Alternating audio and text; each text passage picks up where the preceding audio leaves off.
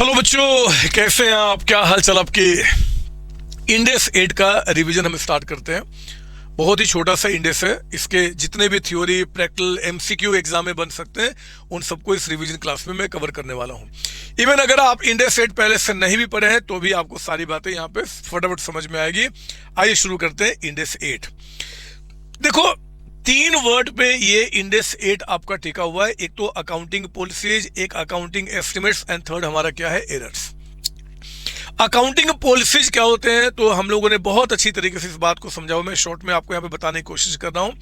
Accounting policy का मतलब होता है कि जब हम लोगों ने कॉमर्स में अपनी एंट्री की, तो कॉमर्स में आने के बाद जितनी चीजें हमें आज तक सिखाया गया, जिनको सीखने के बाद आज हम इतने कैपेबल बन चुके हैं कि किसी कंपनी का प्रॉफिट लॉस बैलेंस शीट यानी कि उनके फाइनेंशियल स्टेटमेंट को हम बना लेते हैं।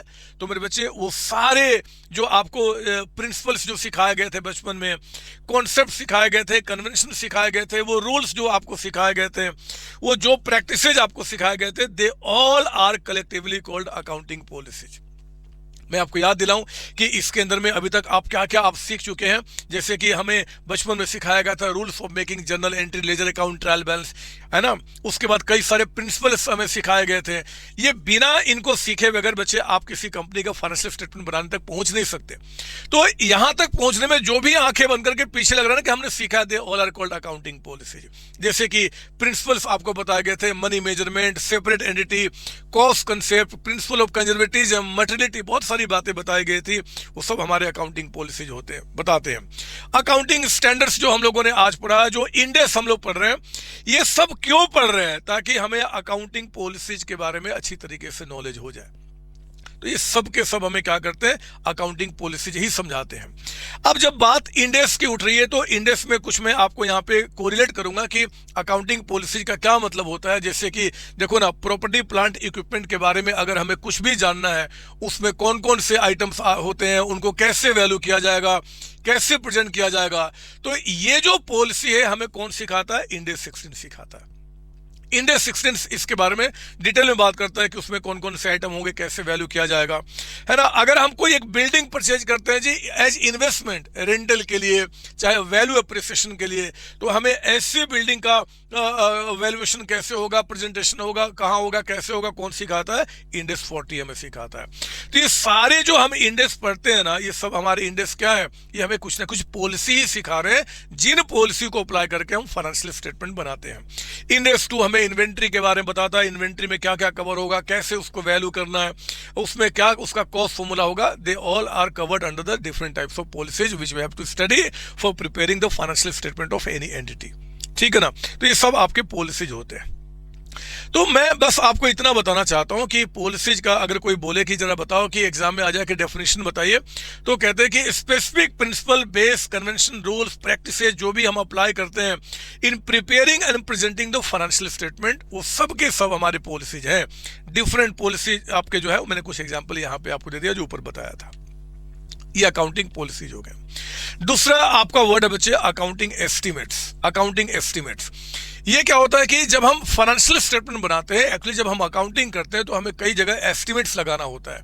जैसे कि हमें प्रोविजन फॉर हमारा आपका डाउटफुल डेट्स कितना बनना है, डेप्रिसिएशन हमें कितना चार्ज करना है, हमें आपका प्रोविजन फॉर रिपेयर कुछ बनाना है, प्रोविजन फॉर वारंटी कुछ बनाना है, प्रोविजन फॉर जहां भी एस्टिमेट्स इन्वॉल्व है ना, उन सभी के सभी को हम क्या बोलेंगे, they all are covered under accounting estimates आपका। ठीक है ना। और तीसरा वर्ड यहाँ पे क्या है जी, प्रायर पीरियड एरर्स। एरर का मतलब क्या होता है, गलती। वो गलती इंटेंशनल हो चाहे अनइंटेंशनल हो, सभी के सभी इसमें कवर्ड होंगे। वो एरर्स आपका मैथमेटिकल हो सकता है, wrong totalling, wrong calculation, wrong account में लिखना, सब आपका गलती बोला जाएगा। मिस्टेक इन अप्लाइंग पॉलिसी, कोई इंडेक्स हमें ये पॉलिसी सजेस्ट करता है, हम वैसे ना करके कुछ और कर दिए। जैसे एग्जांपल इंडेक्स 7 आपने पढ़ा है, कैश फ्लो स्टेटमेंट। वो कहता है कि भैया आपके जो इन्वेस्टिंग एक्टिविटी है, फाइनेंसिंग एक्टिविटी है, उसमें जहां जहां से पैसे आ रहे हैं, जा रहे हैं, सबको अलग अलग डिस्क्लोज कीजिए। आपने क्या किया, एक मशीन परचेज किया था, एक मशीन सेल किया था, दोनों को नेट ऑफ करके आपने दिखा दिया। गलत है बच्चे, ये अलाउड नहीं है। तो आपने क्या किया, अगर कोई अकाउंटिंग पॉलिसी को गलत तरीके से आपने अप्लाई किया, ये भी आपका क्या है जी, एरर्स है। मिस इंटरप्रिटेशन ऑफ फैक्ट, हमारे पास कोई इन्वेस्टमेंट प्रॉपर्टी है, हमने गलत से उसको पीपी ट्रीट कर लिया, या कोई पीपी है उसको हमने इन्वेस्टमेंट प्रॉपर्टी ट्रीट कर लिया, ये आपका एरर हुआ। ओमिशन ड्यू टू ओवरसाइट, भूल जाना, है ना, चाहे पार्शली चाहे कंप्लीट, हमने पूरे ट्रांजेक्शन को रिकॉर्ड करना भूल गए, एरर है, कंप्लीट ओमिशन। एक अकाउंट में रिकॉर्ड किए, दूसरे अकाउंट में रिकॉर्ड नहीं किए, पार्शियल ओमिशन है ना। फ्रॉड, चाहे कोई भी आपका इंटेंशनल मिस्टेक या ओमिशन आपका होता है, ये सब के सब एरर्स कवर होते हैं। और प्रायर पीरियड एरर्स का मतलब क्या होता है जी, कि अगर ये हमारा करंट ईयर है और करंट ईयर के एंड में यहां पे अगर हमारा फाइनेंशियल स्टेटमेंट यानी कि प्रॉफिट लॉस बैलेंस शीट बन रहा है, इसके पहले अगर कभी भी चाहे यहां चाहे यहां चाहे यहां चाहे कहीं भी अगर कोई हम एरर करते हैं, इनमें से कोई भी एरर, तो बच्चे वो प्रायर पीरियड एरर्स कहा जाएगा।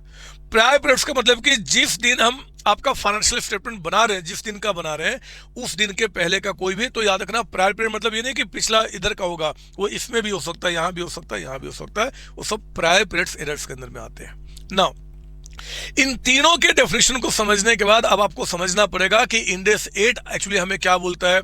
तो कहता है कि भैया जो अकाउंटिंग पॉलिसीज अभी तक आपने पढ़े हैं ना, अगर मान लो वो अकाउंटिंग पॉलिसी जो आपने पढ़े हैं उसको हमें कैसे अप्लाई करना है, कैसे एक तो कैसे उसको सिलेक्ट करना है, मतलब कि हम कौन से आइटम को कहां दिखाएं, उसको कितने पे वैल्यू करें, ये सब कैसे हम सिलेक्ट करें, है ना।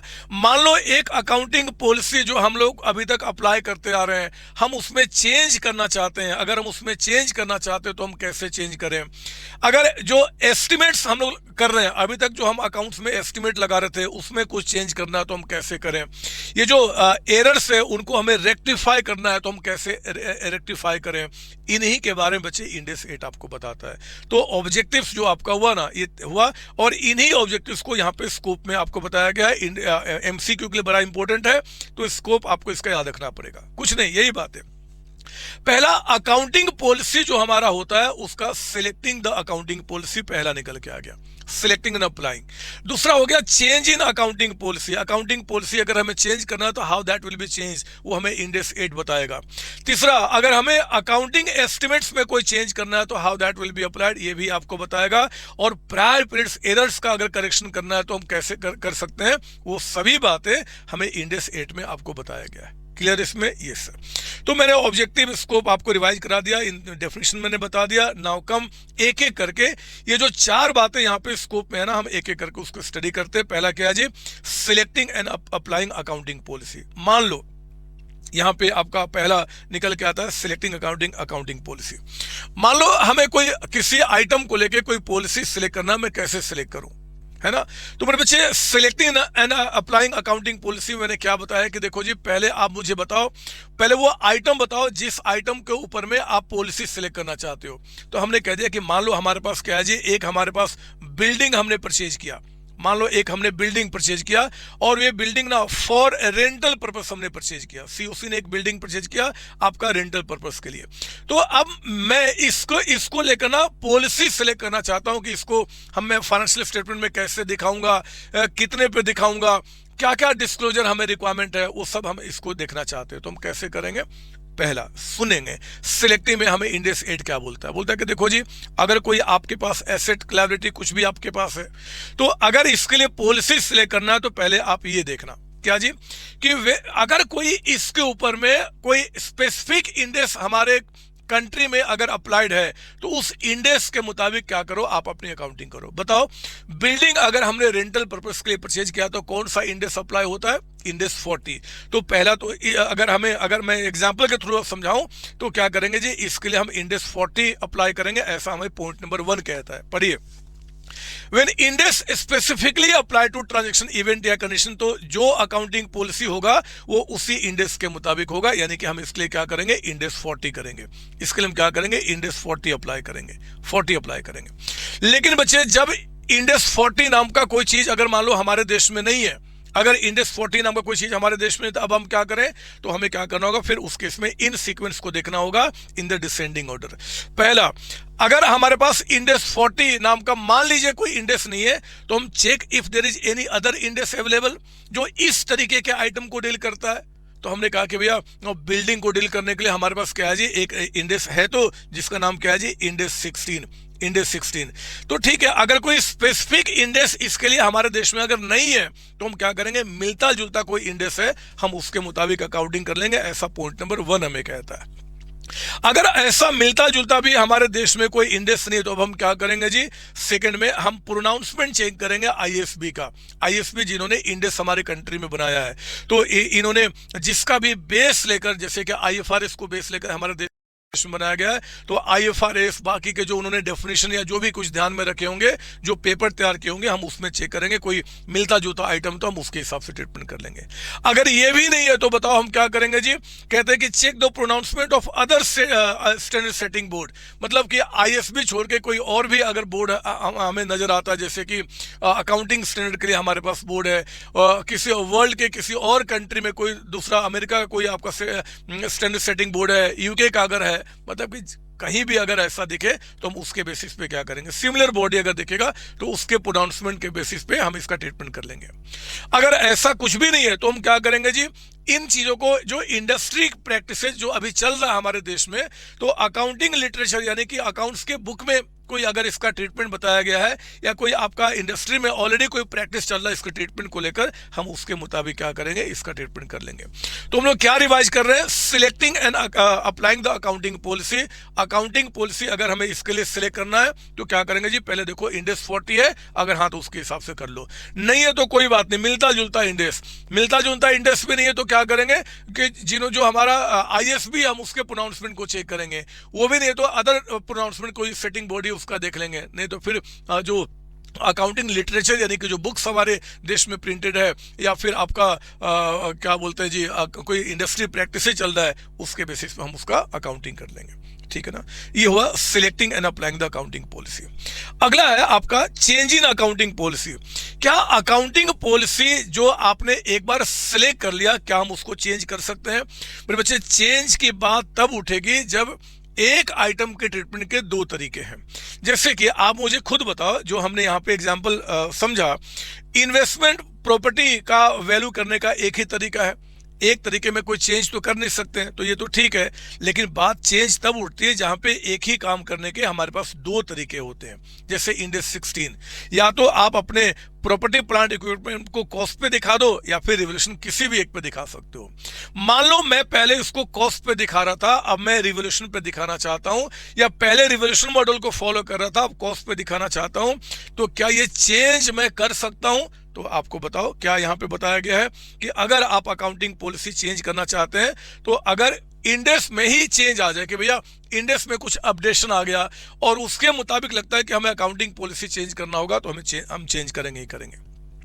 या फिर दूसरा आपको बताया गया जी कि अगर हम अपने फाइनेंशियल स्टेटमेंट को ज्यादा रिलायबल एंड मोर रेलिवेंट दिखाना चाहते हैं, हमें लगता है कि अगर हम इससे नहीं उस तरीके को फॉलो करें, उस पॉलिसी को, तो ज्यादा एक्यूरेट, ज्यादा रिलायबल दिखेगा, तो भी हम अकाउंटिंग पॉलिसी चेंज कर सकते हैं। ये चेंज इन अकाउंटिंग पॉलिसी के दो कंडीशन है जो बहुत ध्यान रखना होगा। एग्जाम में इस पे क्वेश्चंस बनते हैं, जो बनते हैं वो क्लास में भी क्या है, मैं यहाँ पे शॉर्ट में उसका रिविजन भी कराऊंगा। लेकिन इंडेक्स 8 ने आपको बोला कि देखो जी, ये जो फॉलोइंग बातें आपको बताई जा रही है, इसको कभी भी अकाउंटिंग पॉलिसी का चेंज मत मानना। क्या जी, वो पॉइंट नंबर ए में कहते हैं कि देखो, मान लो सीओसी क्या कर रहा था जी, एक बिल्डिंग वो पहले ऑफिस के लिए यूज कर रहा था, पहले ऑफिस के लिए यूज कर रहा था, तो इंडेक्स 16 के मुताबिक उसकी अकाउंटिंग कर रहा था, है ना, इंडेक्स 16 के मुताबिक। अब यही बिल्डिंग क्या हुआ जी, वो अब यूज कर रहा है रेंटल के लिए। ऐसा क्यों? सीओसी ने इस बिल्डिंग को छोड़ के कोई नई बिल्डिंग ले लिया जिसमें कि ज्यादा आपके लोग बैठ सकते हैं, और इन्होंने इस बिल्डिंग को छोड़ के कोई दूसरी बिल्डिंग लेकर अपना काम करना शुरू किया, और ये जो सीओसी के पास बिल्डिंग पहले से पड़ा हुआ था, इन्होंने क्या किया, रेंटल के लिए दे दिया किसी को। तो आप जानते हैं बच्चे कि ये जब आपका बिल्डिंग यहाँ पे ऑफिस के लिए वो यूज कर रहे थे, तो इंडेक्स 16 के मुताबिक अकाउंटिंग हो रहा था। लेकिन अगर यही बिल्डिंग अब क्या होगा जी, अब रेंटल के लिए यूज किया जाएगा, तो इंडेक्स 40 के मुताबिक अकाउंटिंग होगा। क्या ये चेंज इन अकाउंटिंग पॉलिसी माना जाएगा? हमने कहा है कि नहीं। चेंज इन अकाउंटिंग पॉलिसी का मतलब कि एक ही बिल्डिंग के ट्रीटमेंट के एक ही इंडेक्स के अंदर में अगर दो तरीके हैं, अब एक से दूसरे में जाना चाहता हूं तो उसको चेंज इन अकाउंटिंग पॉलिसी कहते हैं। अगर आप किसी एसेट का या किसी लायबिलिटी का आप सब्सटेंस ही चेंज कर दें, सब्सटेंस मतलब उसका जो एक्चुअल यूज है उसका रूप ही चेंज कर दे, जैसे कि पहले मेरा ऑफिस के लिए था अब रेंटल के लिए हो गया, तो ये आपका चेंज इन अकाउंटिंग पॉलिसी नहीं माना जाएगा, ये चेंज इन अकाउंटिंग पॉलिसी नहीं माना जाएगा। यही कह रहा है नंबर ए में पढ़ेंगे, the application of accounting policy for transaction other events and condition that differ in substance from those previously occurring. आपका मैंने एग्जाम्पल के थ्रू यही आपको बता दिया है, हमने क्लास में बड़े अच्छी तरीके से इनको 2-3 एग्जाम्पल से समझा भी है, ठीक है। सेकंड आप आइए, सेकंड हम लोग क्या पढ़ रहे हैं कि अकाउंटिंग, इनको हम अकाउंटिंग पॉलिसी का चेंज नहीं मानेंगे, केस स्टडी आएगा बड़े आराम से सॉल्व कर लेंगे। सेकंड कहता है if an entity is not applying accounting policy currently and starts applying accounting policy newly, that will also not be treated as change in accounting policy। बताइए हमने क्या पढ़ा था, मान लो एक बिल्डिंग है, एक बिल्डिंग जो कि हम लोगों ने परचेज किया जी एज इन्वेस्टमेंट, तो ये जो बिल्डिंग हमने परचेज किया था इन्वेस्टमेंट के रूप में, अगर इंडेक्स 40 जब हमारे देश में अप्लाइड नहीं था बच्चे, जब हमारे देश में इंडेक्स 40 नहीं था, तो उस केस में हम इसको इंडेक्स 16 के मुताबिक अकाउंटिंग कर रहे थे, क्योंकि इंडेक्स 40 था ही नहीं। जब इंडेक्स 40 यहां पे अप्लाई हो गया तो अब हमें क्या करना होगा, इसको इंडेक्स 40 के मुताबिक अकाउंटिंग करना होगा ना, तो इंडेक्स 40 के मुताबिक अकाउंटिंग करेंगे, बट अगेन ये चेंज इन अकाउंटिंग पॉलिसी नहीं कहा जाएगा। ये नहीं कि भाई हमने अकाउंटिंग पॉलिसी चेंज कर लिया, क्योंकि फर्स्ट टाइम कोई इंडेक्स अगर आएगा नया तो हमें उसको अप्लाई करना ही पड़ेगा, है ना, वो चेंज इन अकाउंटिंग पॉलिसी नहीं माना जाएगा। चेंज इन अकाउंटिंग पॉलिसी नहीं मानने का मतलब कि अकाउंटिंग पॉलिसी चेंज करते समय जो प्रोविजंस है वो आपके ऊपर में अप्लाई नहीं होंगे, ठीक है ना। तो ये मैंने आपको यहाँ पे बता दिया, एग्जाम्पल में ये सारी बातें समझा चुका हूं, हमने क्लास में 2-3 एग्जाम्पल के थ्रू इसको समझा हुआ है, ठीक है। आइए अब इसके बाद अगला है बच्चे, how to apply the change in accounting policy. देखो ना, हमने एक अकाउंटिंग पॉलिसी सिलेक्ट कर लिया, अकाउंटिंग पॉलिसी जो हमने सिलेक्ट किया, क्या चेंज कर सकते हैं, हाँ 2 सिचुएशन बताया उसके मुताबिक चेंज कर सकते हैं। Due to any of that 2, अगर हम अकाउंटिंग पॉलिसी चेंज करना चाहते हैं बच्चे, तो how that change can be applied, change हम कैसे कर सकते हैं उसके बारे में बात कर रहे हैं। पहले तो मैं इस टॉपिक को पढ़ने के पहले आपके दिमाग में एक चीज में डाल दूं कि बच्चे अकाउंटिंग पॉलिसी चेंज करने की नौबत तब आएगी जब किसी एक काम को करने के अगर हमारे पास 2 तरीके हैं। जैसे कि आप खुद देखिए यहाँ पे जो मैंने आपको यहाँ पे समझाया हुआ है कि आप बताओ इन्वेस्टमेंट प्रॉपर्टी है, इन्वेस्टमेंट प्रॉपर्टी जो होगा उसको वैल्यू क्या करना है जी, कॉस्ट मॉडल, एक ही तरीका है, कोई 2 तरीका है नहीं, तो चेंज का कोई मतलब ही नहीं बना। लेकिन अगर मैं यहाँ देखो इंडेक्स 16 के अंदर में, तो आप ना पीपी को कॉस्ट मॉडल या रिवर्शन किसी भी एक पे वैल्यू कर सकते हो। पहले मैं क्या कर रहा था जी, इस पे वैल्यू कर रहा था, अब मैं इस पे आना चाहता हूं, या vice versa, this is change in accounting policy. मैं यहाँ पे इन्वेंट्री को वैल्यू करने के लिए हमारे पास क्या था जी, कॉस्ट फॉर्मूला, फीफो या वेटेड एवरेज मेथड। पहले मैं वेटेड से था, अब मैं एवरेज पे आना चाहता हूं, या vice versa, this is accounting change in accounting policy, है ना। ये अकाउंटिंग पॉलिसी का चेंज होता है। अब ध्यान से मेरी बात सुनेंगे, ये चेंज अगर हम अकाउंटिंग पॉलिसी चेंज कर सकते हैं तो how that change can be applied. हमने कहा कि भैया बड़ा सिंपल सा बात है, अगर आप अकाउंटिंग पॉलिसी चेंज करना चाहते हैं तो जिस इंडेक्स के मुताबिक आपने उसकी अकाउंटिंग की है, जिस इंडेक्स के मुताबिक आपने उसकी अकाउंटिंग की है, उस इंडेक्स में जरूर ये मेंशन किया गया होगा कि अगर एक मेथड से दूसरे में आप आते हो तो किस तरीके को अप्लाई करेंगे। जो भी इंडेक्स आप अप्लाई कर रहे हैं उसमें जो मेथड आपको बताया गया ना, आप उसी के मुताबिक चेंज कर लीजिए। क्लियर ना। तो यहाँ पे हमें हाउ टू अप्लाई में अगर जिस रिस्पेक्टिव इंडेक्स के मुताबिक हम अकाउंटिंग कर रहे हैं उसमें चेंज करने का ट्रांजिशनल प्रोविजन अगर हमें मेंशन है तो हम उसके हिसाब से चेंज कर लेंगे, ठीक है। अगर हमारे पास इंडेक्स, अगर हम जो अकाउंटिंग कर रहे हैं बच्चे जिस इंडेक्स के थ्रू, मान लो उस इंडेक्स के अंदर में ट्रांजिशनल प्रोविजन नहीं है, ऐसा अभी तो कोई केस है नहीं, हो सकता है फ्यूचर में बन जाए, लेकिन क्योंकि इनको सब कुछ कवर करना है, मान लो उस इंडेक्स में ट्रांजिशनल यानी कि अकाउंटिंग पॉलिसी एक से दूसरे में शिफ्ट करने का तरीका नहीं बताया गया है, तो ये कहते हैं भैया फिर तो आपको फॉलो करना होगा रिट्रोस्पेक्टिवली। रिट्रोस्पेक्टिवली का मतलब वो एसेट या लायबिलिटी जिस पे आप जो पॉलिसी चेंज करना चाहते हैं, जब से आपके बिजनेस में वो आया है तब से उसको चेंज करके उसको मॉडिफाई करना होगा। ठीक है ना।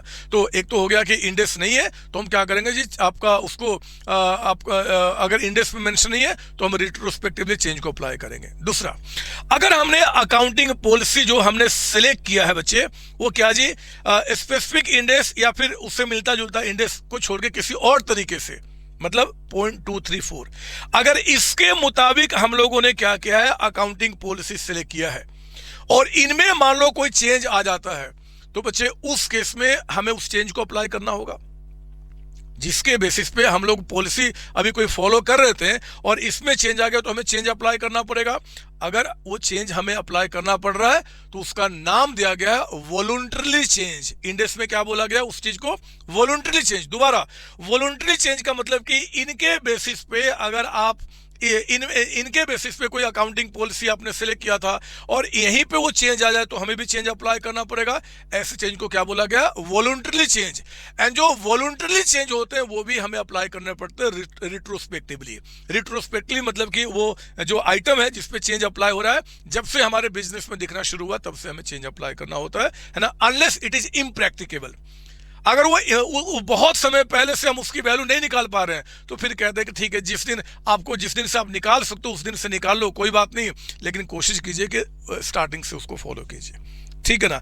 तो ये बातें मैं आपको ऑलरेडी प्यारे प्यारे तरीके से बता चुका, हम तो रिवीजन क्लास में हैं, वो मैंने आपको यहाँ पे दे दिया, और मैंने वॉलंटरी चेंज के बारे में यहाँ पे आपको मीनिंग भी समझा दिया जो आप ऑलरेडी जानते हैं, है ना। और मैंने समझा भी दिया कि वो प्रोनाउंसमेंट था ना 2, 3, 4, उसके बेसिस पे कोई चेंज करेंगे तो हम क्या बोलेंगे, उसको वॉलंटरी चेंज कहते हैं, ठीक है।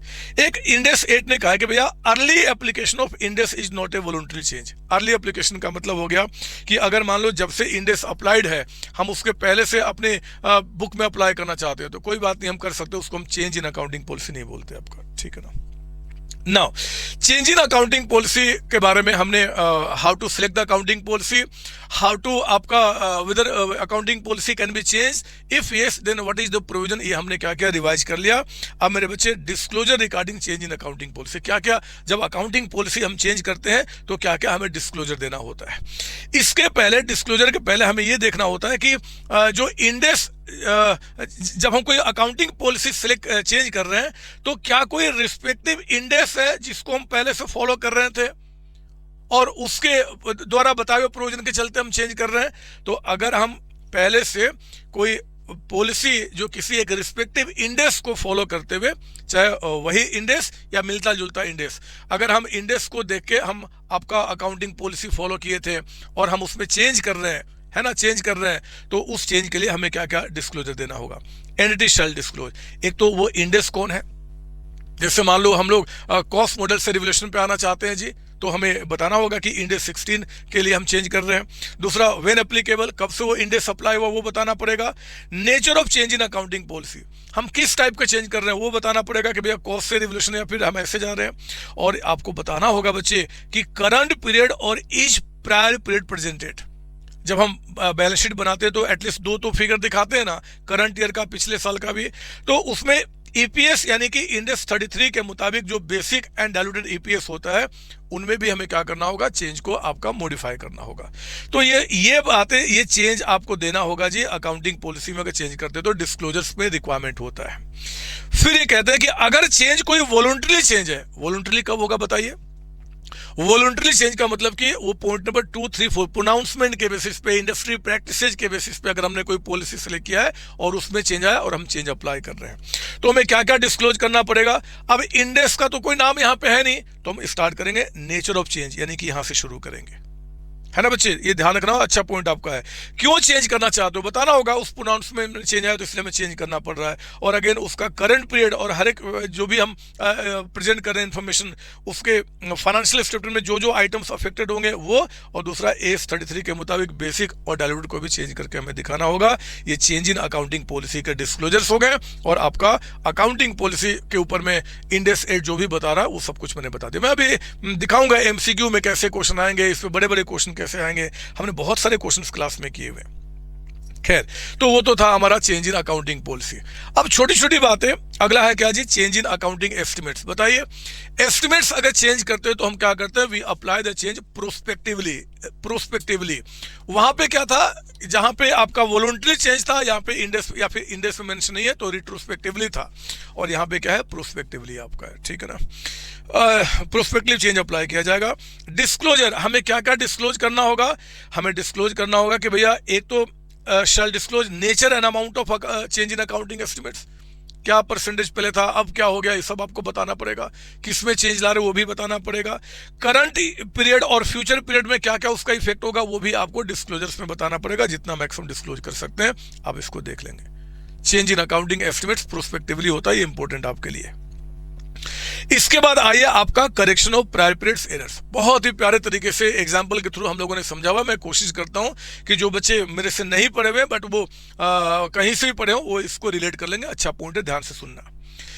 कहते हैं कि प्रायर पीरियड्स एरर्स का अगर हमें करेक्शन, कोई एरर हुआ था प्रायर पीरियड में और उसको हम सुधार रहे हैं, तो how that rectification will be done, it has also been mention in the index 8। What index says, just see here. कहते हैं कि अगर potential errors of the current period, वो कहते हैं कि देखो जी आप जो यहाँ पे मैंने लिख दिया है कि यहाँ पे आपका ये हमारा करंट ईयर है, ये हमारा पिछला साल है, करंट ईयर पिछला साल। करंट ईयर में ही कोई एरर आपने किया है, करंट पीरियड में, मतलब इसी में कोई एरर किया आपने, और आपने क्या किया, यहाँ पे फाइनेंशियल स्टेटमेंट बनाते समय आपने रेक्टिफाई कर लिया। याद रखना, करेक्शन ऑफ एरर का मतलब हो गया एरर कहीं भी हुआ हो लेकिन करेक्शन हम इस साल के एंड में कर रहे हैं। पहले ही रेक्टिफाई हो गया तब तो फिर इस साल में कोई बात ही नहीं उठेगी। तो गलतियां कभी भी हुई हो लेकिन रेक्टिफिकेशन इस साल के एंड में हो रहा है, तभी हम इस टॉपिक को पढ़ रहे हैं कि कैसे उसको करेंगे। तो कहते हैं कि भैया अगर करंट ईयर में ही एरर हुआ है और करंट ईयर में ही पता चल गया तो फिर टेंशन क्या है, सिर्फ करंट ईयर का ये जो बैलेंस शीट है ना, इसको आप रेक्टिफाई कीजिए। करंट ईयर के बैलेंस शीट में, क्योंकि पिछले साल में तो कोई उसका इंपैक्ट ही नहीं है, तो करंट ईयर का जो आपका फाइनेंशियल स्टेटमेंट होगा उसी के बैलेंस शीट में क्या कीजिए, मैंने बैलेंस शीट का यहाँ पे दिखा दी। मान लीजिए कि एसेट आपका है तो एसेट में हम क्या करेंगे, एडजस्टमेंट कर लेंगे। फॉर एग्जाम्पल मान लो यहाँ पे हमने क्या किया था जी कि कोई वेजेज हमने पे किया था, तो हमें वेजेज पे किया था, मशीन को इंस्टॉल करने में हमने क्या किया कि मशीन के बजाय हमने वेजेज को बढ़ा दिया। तो हम क्या करेंगे, जो फाइनेंशियल स्टेटमेंट बनेगा प्रॉफिट लॉस बैलेंस शीट, तो यहाँ पे रेक्टिफाई करते हुए वेजेज को कम कर देंगे और मशीन को बढ़ा के हम क्या करेंगे जी, अपना बनाएंगे। तो इसका एक्चुअली इंपैक्ट सिर्फ करंट ईयर में होगा, तो करंट ईयर में सुधारिए, पिछले साल में सुधारने कोई मतलब नहीं बनता, वो मैंने आपको यहाँ पे बता दिया, ठीक है ना। दूसरा, prior period error discovered subsequently. Prior period, मेरे बच्चे, prior period errors discovered subsequently का मतलब हो गया कि ये अब जो केस स्टार्ट हुआ ना, ये केस क्या था बताइए जरा, याद है आपको कि ये गलती आपका करंट ईयर की नहीं है, करंट ईयर के पहले की गलती है। तो अगर करंट ईयर के पहले गलती होता है तो ये आपका दो सिचुएशन लेकर आएगा, सिचुएशन 1 या सिचुएशन 2।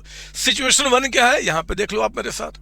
सिचुएशन 1 में है कि ये हमारा करंट ईयर है, ये हमारा क्या है जी, करंट ईयर, और गलती आपने क्या किया, इसमें जो प्रीवियस ईयर है अगर उसमें कोई गलती, कोई एरर हुआ था, इस साल में कोई एरर हुआ था और वो हमने क्या किया, यहाँ पे रेक्टिफाई किया। पिछले साल गलती हुआ था, पिछले साल नहीं पता चला था, हमें यहाँ पे इस साल क्या हुआ जी, पता चला। अब हम क्या करेंगे, वेरी सिंपल, आप उस जब पिछले साल की गलती को कुछ आप यहाँ पे सुधारेंगे बच्चे, तो कहते हैं कि जो हम प्रॉफिट लॉस बैलेंस शीट बनाएंगे ना कंपैरेटिव आपका, उसमें क्योंकि एरर पिछले साल का है तो पिछले साल के जो आइटम्स होंगे जहां जहां उनका इंपैक्ट सही किया जाएगा, पिछले साल में भी सही करना है, करंट ईयर में भी सही करके फिर आपको प्रॉफिट लॉस बैलेंस शीट बनाना है। दोबारा बताइए जल्दी, अगर कोई एरर हमने पिछले साल किया हुआ है और उस एरर को हम यहाँ पे रेक्टिफाई कर रहे हैं, तो बच्चे करंट ईयर का जो बैलेंस शीट बनेगा उसमें पिछले साल के भी फिगर यहाँ पे दिखाए जा रहे हैं ना, हम उनको भी सही करके पहले यहाँ पे दिखाएंगे और करंट ईयर का तो हमें सही करना ही करना है,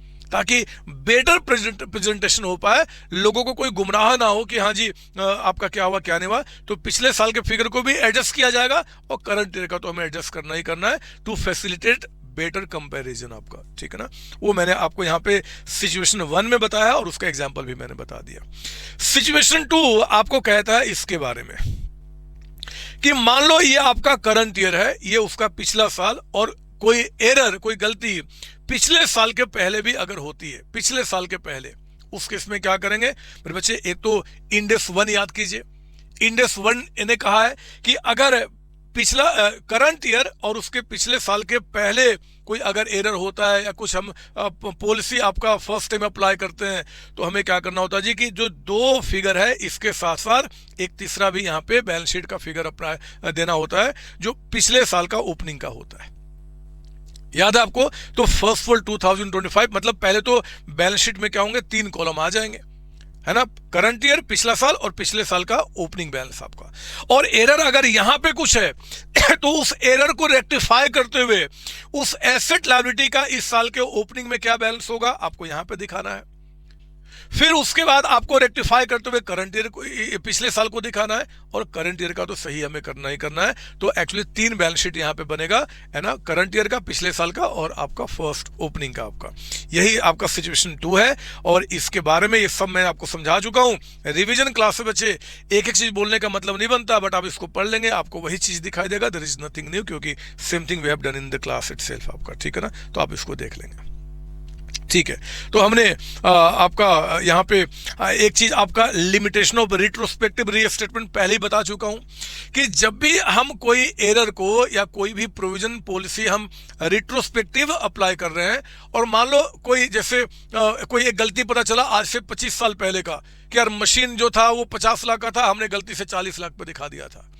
अगर उस समय से फिगर को रीस्टेट करना अगर पॉसिबल नहीं है ड्यू टू एनी रीजन, तो जिस समय से प्रैक्टिकेबल है फिगर को जज करना, अमाउंट को जज करना, आप उस समय से कीजिए, बट करना पड़ेगा रिट्रोस्पेक्टिवली। लिमिटेशन यही बात करता है ना, कि a prior error shall be corrected by retrospective restatement except to the extent it is impracticable to determine the either the specific period effect of cumulative. मतलब कि अगर बहुत पहले का हम नहीं पता कर पा रहे तो जब से पता कर सकते हैं तब से ही कीजिए, बस आपको ऐसे करना होगा। जब हम लोग प्रायर पीरियड के एरर को रेक्टिफाई करते समय में क्या डिस्क्लोज करना होगा, वो कौन सा एरर है वो बताइए। दूसरा, उस एरर से आपका जो कौन कौन से आइटम्स आपके अफेक्ट हुए उनको आप रीस्टेट कीजिए, सही कीजिए। इंडेक्स 33 के ऊपर में जो चेंज आएगा बेसिक ग्रेजुएटेड, उसको भी आप सही कीजिए। और amount of correction at the beginning of earliest prior period आपका कितना वो बताना पड़ेगा। और अगर रिट्रोस्पेक्टिव रीस्टेटमेंट इम्प्रैक्टिकेबल है, मतलब प्रैक्टिकेबल नहीं उतने साल से, तो कब से आपने वो चेंज अप्लाई किया, कब से आपने उसको एस्टिमेट किया है, वो भी आपको बताना पड़ेगा। तो ये सारी बातें बच्चे आपको कहां बताएगी, इंडेक्स आपका 8 के अंदर में, आपका इंडेक्स 8 के अंदर में। हाँ, ये जो आपके चेंजेज हो रहे हैं ना, ये आपका जिस साल रेक्टिफाई किया उस दिन ये डिस्क्लोजर की रिक्वायरमेंट है। ये नहीं कि हर एक साल, उसके बाद अगर मान लो जिस साल एरर का कोई इंपैक्ट नहीं है तो आपको फिर सब्सिक्वेंट पीरियड में ऐसा कोई डिस्क्लोजर की रिक्वायरमेंट नहीं होती है ना। तो ये सब हमने आपको बता दिया है। कुछ आओ ना एक बार कुछ प्रैक्टिकल क्वेश्चंस का रिवीजन करा दो, आपको अच्छा लगेगा। जैसे कि रिवीजन क्वेश्चन नंबर 1, ये मैं क्यों पढ़ाऊं, बट फिर भी आ जाओ, कोई बात नहीं, एमसीक्यू में आ गया तो मजा आ जाएगा। मशीन का लाइफ चेंज हो रहा है, चाहे मेथड चेंज कर रहे हो, ये सब हमारा चेंज इन अकाउंटिंग एस्टिमेट होता है। इन्वेस्टमेंट प्रॉपर्टी को आपने पीपी ट्रीट कर लिया, एरर हो गया। अमाउंट ऑफ डिप्रिसिएशन एग्जाम में कह दे ओवर स्टेटेड या अंडर स्टेटेड का मतलब होता है कि जितना हमें कंप्यूट करना था हमने उससे कम कंप्यूट किया। तो मेरे बच्चे यहां पे ना ये मत बोलना कि सर एस्टिमेट चेंज हो रहा है ना, हमें पता है कि डिप्रिसिएशन हमें कितना चार्ज करना था लेकिन हमने फिर भी कम या ज्यादा चार्ज किया, ये एरर है, गलती है। गलती को सुधारना होगा, रिट्रोस्पेक्टिव आपको इफेक्ट डालना होगा। कोई चेंज इन एस्टिमेट्स कह दे, एस्टिमेट्स में यानी कि अकाउंटिंग एस्टिमेट आप जानते हैं। वारंटी प्रोविजन कहता है कि अंडर स्टेटेड, बहुत ध्यान से, अंडर स्टेटेड ओवर स्टेटेड का मतलब कि हमें एक्चुअली पता है कि how much provision we have to make, but without considering the fact we have made some other provisions आपका। तो यहां गलती हो रहा है ना बच्चे। अगर हम एस्टिमेट में एस्टिमेट गलत लगाए तो वो बात अलग है, लेकिन यहाँ पे एस्टिमेट पता है कि हमें कितने का करना, बट फिर भी हम अंडरस्टेड यानी कि उसे कम पे कर रहे हैं, तो ये आपका एरर में जाएगा, बताया ना हमने। रॉन्ग क्लासिफिकेशन ऑफ एसेट्स हुआ, ये एरर है। याद रखना एग्जाम में क्वेश्चन बनता है change in functional currency. Indian currency में मैं अभी काम कर रहा था, मैं अब डॉलर में काम करना शुरू कर रहा हूँ किसी दूसरी कंट्री में जाके, तो फंक्शनल करेंसी जब चेंज होता है ना तो ये चेंज इन अकाउंटिंग एस्टिमेट है, ना आपका पॉलिसी है और ना ही कोई एरर है, तो नन में आपको टिक मार्क करना होगा, एमसीक्यू अगर आ गया तो, है ना। बताया ना मैंने, क्वेश्चन भी हम लोग ने इस पे क्लास में किए हैं। मेथड ऑफ कॉस्ट फॉर्मूला आपने FIFO टू, ये चेंज इन अकाउंटिंग पॉलिसी है। वैल्यूएशन ऑफ आपका PP from cost to reversion, ये चेंज इन अकाउंटिंग पॉलिसी है, ठीक है। ये सेकेंड आप कर जाएंगे। मैं ऑलरेडी ऊपर बता चुका हूँ कि बिल्डिंग पहले था इस पर्पस के लिए, बिल्डिंग उस पर्पस के लिए, तो क्या करेंगे ये इसको पढ़ जाएंगे आप आइए जरा। आपका यही नहीं बच्चे, मैं ये नहीं कि आप यहाँ बोला कि पढ़ जाएंगे तो सिर्फ यही पढ़ना है, ये तो रिवीजन क्लास है। इसके बाद आप मुझसे पढ़े हो चाहे जिस फैकल्टी से पढ़े हो, जितने भी रेगुलर क्लास में आपने क्वेश्चंस किए ना, बस फटाफट उन क्वेश्चंस को देख लेना है। याद रखना, रिवीजन के बाद अब आपके दिमाग में सब कुछ क्लियर है, फटाफट क्वेश्चन को करेंगे तो आपको मजा आएगा। ठीक है, आइए ना अब एमसीक्यू पे आते हैं। जो भी एमसीक्यू बन सकते हैं इसे सब कुछ मैंने कवर कर लिया है। मेन ऑब्जेक्टिव ऑफ इंडेक्स 8 क्या है जी? तो criteria for selecting change in accounting policy treatment of estimates and error है ना, तो बी में टिक मार्क कर लेंगे। Which of the following is covered by index 8? बताओ, change in accounting policy yes, change in accounting estimate इस all में tick mark करके आएंगे हम लोग। Accounting policies are best defined as, बताओ specific principle based convention rules, आपका C में टिक मार्क करेंगे। मैं पता नहीं क्यों पढ़ रहा हूं, ये तो अब आप जानते हैं। When no specific index applies to transaction, अगर इंडेक्स कोई स्पेसिफिक अप्लाई नहीं होता, मैनेजमेंट शुड जज in to develop the accounting क्या जी? आपका कहता है कि एक बार फिर से पढ़ लेते हैं। When no specific index applies to a transaction, management should use judgement to develop an accounting policy that results in the information that is आपका रेलिवेंट एंड रिलायबल। ऊपर में लिखा हुआ देख लेना, मैंने क्लास में आपको बताया भी है, और ये ऊपर में मैंने मेंशन भी किया हुआ है, जो रेलिवेंट एंड रिलायबल होना चाहिए। While making a judgment in the absence of a specific index, management should first consider, बताओ किसको? आपका requirement in index dealing with the similar, पहले तो इसको कंसिडर करना है। अगर ये ना हो तब हम प्रोनाउंसमेंट देखते हैं, अब आईएसबी का फिर दूसरे का, अदरवाइज आपका अकाउंटिंग लिटरेचर एंड आपका इंडस्ट्री प्रैक्टिसेस, तो यहाँ टिक मार्क करेंगे। Which of the following is not a valid reason to change the accounting requirement? ये तो है। रिजल्ट्स ये भी है, टू इम्प्रूव कंपेरेटिवली ये भी आपका, to increase the current year profit, ये तो बदमाशी है, डी में टिक मार्क करेंगे। अब ये पढ़ जाएंगे। वॉलंटरी चेंज जो होता है बच्चे हमेशा क्या होता है? रिट्रोस्पेक्टिवली होता है ना। रिट्रोस्पेक्टिव का मतलब क्या? Applying the new policy only to the future, ना applying the new policy if they had been applied yes, आपका यहाँ पे टिक मार्क करेंगे आपका बी में। ठीक है ना, ये सब पढ़ लेंगे, मैं नहीं बताना, ये सब आपको मैंने ऊपर समझा दिया एक्चुअली, तो कुछ है नहीं। मैं कुछ ना, इम्प्रैक्टिकेबल का मतलब क्या होता है जी? कि आपका the entity can not apply the requirement after making reliable reasonable effort also, तो आप सी में टिक मार्क करेंगे।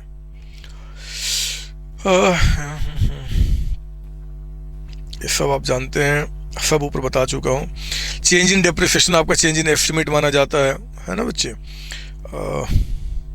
विच of the following is not a prior period errors, आपका फ्रॉड है, मैथमेटिकल है, ओवरसेट है, revision due to new information, ना ये नहीं, ये तो आपका एस्टिमेट हो गया, तो डी में टिक मार्क करेंगे। आप ही कर जाएंगे, मुझे पता है, मैं इसमें टाइम वेस्ट नहीं करना चाहता। एक दो पॉइंट थे मैं उसमें देख लेना चाहता हूँ, बट एक्चुअली कुछ है नहीं, है ना। तो आपका बस और बस बच्चे, ये बाकी जो मैंने इंडेक्स छोड़े हैं उनका सॉल्यूशन मैंने दिया है, बिल्कुल सही सॉल्यूशन है, किसी में कोई मिस्टेक नहीं है, मैंने खुद तैयार किया आपके लिए। तो इंडेक्स 8 को मैं यहीं पे आपके लिए बोलता हूं द एंड, और एंट्री करता हूं बच्चे। अब आगे हम लोग दूसरे इंडेक्स में मिलेंगे और इसके आगे इस कारवा को बढ़ाएंगे।